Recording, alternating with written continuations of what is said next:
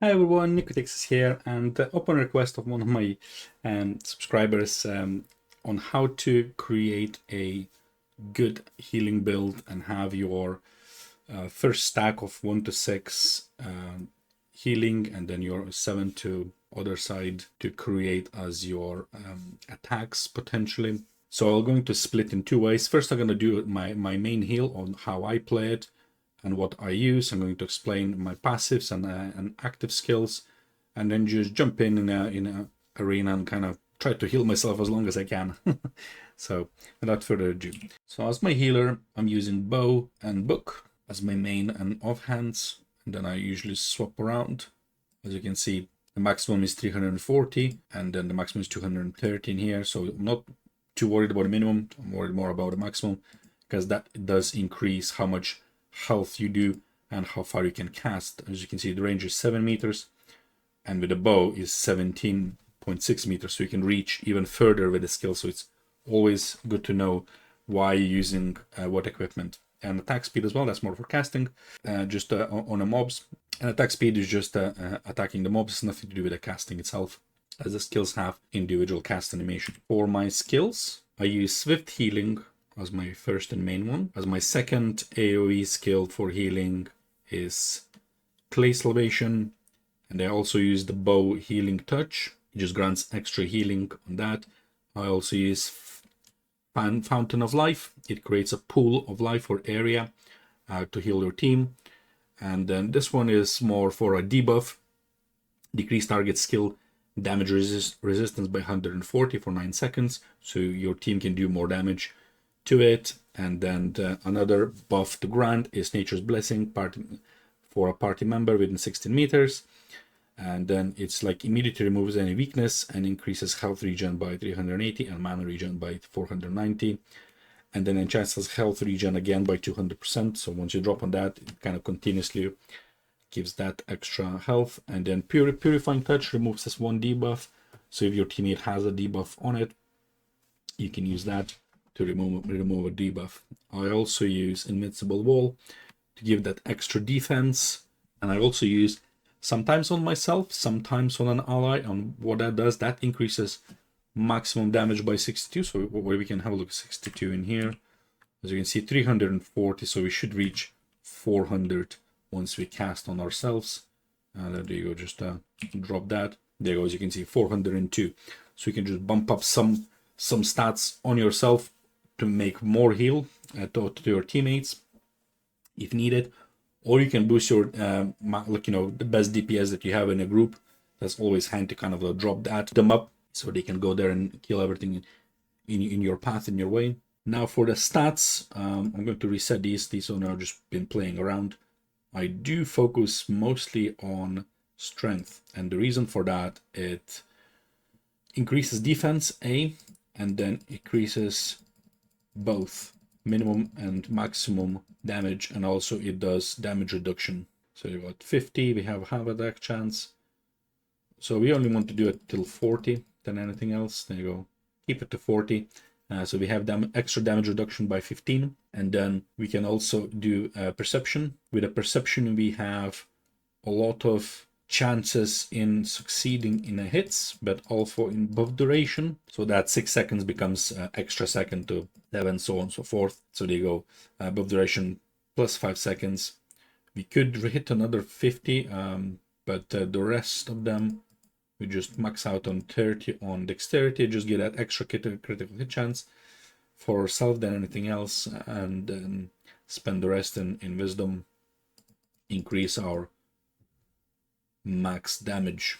There you go. So once you apply that, we got quite a bit of sustainability with max health and damage reduction, and then perception, extra duration for the buffs, just a few points in wisdom and dexterity, just to kind of like even this out. With your build, you'll have different things and different options. As you can see, my book has 11 strength, so that gives me a lot of pre-buffed. So I only have like 29 in here invested points before it goes into double digits. And then for the hit chance, my bow gives 8 in perception, so that increases that side. And my gear also increases 8 dexterity from the head. more health from my body armor. This one is a permanent one, gives extra 2 dexterity, so this one is not a bad one to have. And then I have extra 2 perception from the boots. And I have a critical chance, mana regen, and cooldown speeds on my cloak. And then for my accessories, more max health on my belt and damage reduction. This is a really good one. And then we have extra max health. And then we have extra dexterity 6 on this ring. And then we have attack speed and mana cost. This one is just a temporary one. Another band like this one, just to give extra dexterity, just to increase more bonus damage. That would be nice to reach to 40. So that gives extra health to myself and to the teammates. So that's always a good one to have. As you can see, sustainability is quite decent. People trying to attack me and kill me, but obviously getting stunned, it's kind of like a death sentence. Doesn't matter what player you have. You cannot heal yourself once you get stunned or CC'd. There you go. You got stunned and there's nothing I can do. Obviously, once you're stunned, you can use Rare Purification Remedy, Fight Spirit. This is a 2 minutes cooldown. I would use it cautiously in your PvP battles in Arena. If this is something you want to use, that's absolutely fine. These ones you can purchase from Arena Sundry's Merchant Victoria, and she sells in here. You can buy as many as you want. You can also buy Quality Sterilite, and then it gives you 15% extra damage. I'm just running out of money because I was spending so much on enchanting myself. So this is how you kind of like set up yourself for the skills. And then for the damage, I don't really use the damage side so much. It's more for assisting. The only thing I do when I assist my team, I use a debuff for time punishment, and I also use a deadly marker that gives extra critical hit chance for my team when they're hitting the target. So yeah, hopefully that helped you on the healing build and see where I'm slotting all my skills and how I'm doing it. Main DPS that I use for book and bow. You can start with specialization. So for PvP, you can go 2 ways. You can either go with focused fire bombs. Okay, this is a pre-charge. You can deal ton of damage. When I say ton of damage, I'll show you now. Pre-charge this one. And there you go, 2000 damage on this one. So for my main DPS class that I do play, I split between self-heal, sustain, and increase damage on myself. And what I mean by that, I use enchanting time. So I changed specialization so I can cast this one on myself. It boosts my skill damage by 140 for 9 seconds. It also adds maximum damage by 62 for 6 seconds. So I can combine both of these. So cast this one, then that on myself. And then I use this one to charge. And this skill charge does quite a lot of damage. So you can just select one of the dummies, click and charge. Takes a few seconds to charge, but they go 11,000 damage for both of the items. So when you do a roundup with mobs around you, just like hit. So imagine we just like collect them all of them in one group, and then just like select the middle one, recharge, bam, the entire place took entire damage. And I do use a couple of these skills. So electricity, we just surrounds and change the lighting, and I can cast quite often, as you can see, and does ton of damage. The damage goes equal to all of them, and what's great about it, when they're close to each other, they constantly spread the damage to one another. So each pool casted on each other deals damage within another. So basically it's like a huge multiplication. The other one that I use is Judgment Lightning. So it hits a couple targets around it, as you just saw that now. I also use Inferno Wave. Again, this is AoE damage. So all my damage that I have is more for PvE style than PvP. Because for PvP, what's important is an instant cast. And for PvP, I wouldn't use the focus fire bombs. I would change my specialization for that specific skill to an instant cast. And then I'll probably maybe also increase the bomb's speed. So it just basically just travels that much faster. So that looks like this, and then you can cast almost 3 times as well. This is AoE damage, so that's continuous. But this one is rapid. You can run and you don't have to charge. You can catch your opponents from quite afar. There you go. So it's quite far. You can still catch that. And yeah, and it also stacks burning, the taking damage, and that's quite important to stack, because the damage you do with the burning, it's quite a huge thing, because you stack first. We stack first with the serial fire bombs, as you can see. Then we can drop the Inferno Wave. That stacks on top of that. And then we stack another fire barrage that keeps the stack is still staying at the 7, at the 10, and then we spawn in more damage, and you can constantly keep that pressure on a subject, because it takes 10 seconds before it comes off. And as you can see, the damage is quite massive, and it's constant. As long as you don't get hit and you're from afar, you have a tank in front of you, you can spawn quite a lot of damage around it, while regenerating some of the mana for yourself and sustaining. You can add some shield for yourself if you want to. The other thing I would use and recommend to use in PvP, it's a Icebound Tomb, and what that does is it will freeze the opponent.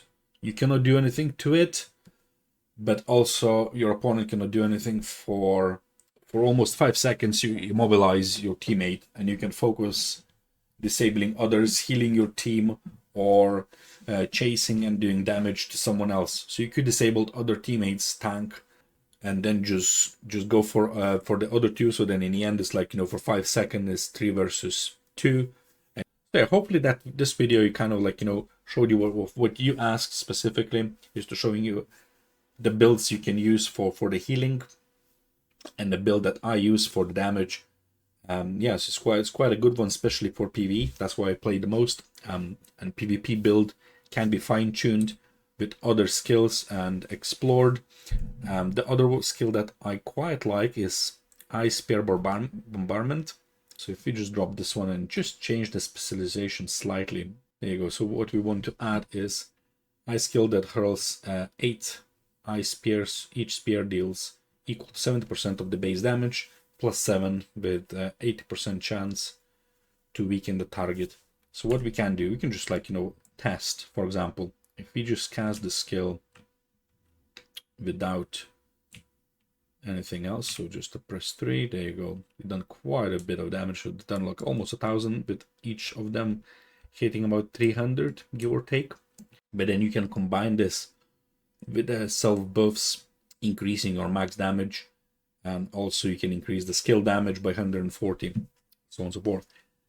As for my passive skills, for my healer, I use Devotion and Emptiness, Noble Revival, Rapid Fire Stance, Vampiric Contract, and then Distorted Sanctuary, Full of Corruption, and then increase health regen, and then granting health recovery.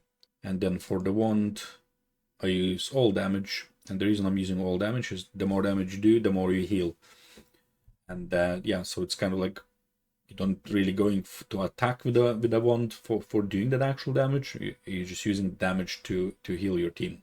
And then for my staff, again, I use the Destroyer, because the staff is my main one. And then obviously that I'm waiting for the last bit to increase the extra cooldown speed by 5%. That's just always extra helps. And then for my battle mage, that's what I call it. I mean, it's not a battle mage. If you look, the official name for this build is Invocator. So yeah, that's what I have as my main build. And then for my passive skills, for my main build, I use Mana Ball Eruption. I use Forbidden Sanctuary, and this one is quite a good one. Increases your skill damage by 145, but decreases all mana cost efficiencies by 15%. So basically, I'm sacrificing mana cost to increase more damage. So it's kind of a trade-off. Get that back, I'm increasing my mana regen, and remaining stationary, it just adds more mana and increases attack chance for the heavy range after 2 seconds. So it's always good to kind of like stand in one place in PvP and wait for them to attack you, so you can utilize some buffs that already stacked. And then increase burning damage over time. This is like a huge one, because obviously all my main skills are doing a fire damage, except including my chain lighting. As you can see, strikes targets with lighting skill that deals 415% of base damage plus 155 damage. Attacking a victim of the user's burning increases damage by 4% per stack. There you go. So that's crazy. It's like always maintain like 10 stacks. So it's like extra 40% damage increase on burn. That's a really good one to have. And then I'm using also increase the max damage, max gen for 9 seconds. After the user weaken effect died, stacks up to 3 times. So that's another good one to have. And to utilize this one, you need to use the Touch of Despair. So that's like, as the weakness and curses to your skills. And then that will stack up for you more damage, or you can just swap something for extra additional movement speed if you want to, or you can also decrease silent duration by 2% and then increases the resistance, silence, bind, and sleep resistance by 290 for 9 seconds if the user is under effect of respective CC debuffs. So you can kind of like a trade-off between these, see what works for you. Like there's so many options the way you can build this. Yeah, it's quite good. And then I also use Devotion and Emptiness, increases the healing, so I can sustain it, and then granting more heal, and increasing max mana and max health. Obviously, none of these are maxed out as of yet, so I'm still working on my skill builds and increase the damage and the health. So yeah, hopefully that answered your questions, but in case I haven't, and if I missed anything whatsoever, or if you're curious about different builds, do let me know. I would love to hear. Let me know what build you decided to go for. So yeah, do subscribe and like my videos. As always, it really helps to grow my channel. And leave your comments or even say hello. I always read and reply when I can. Yeah, thank you very much. Good night.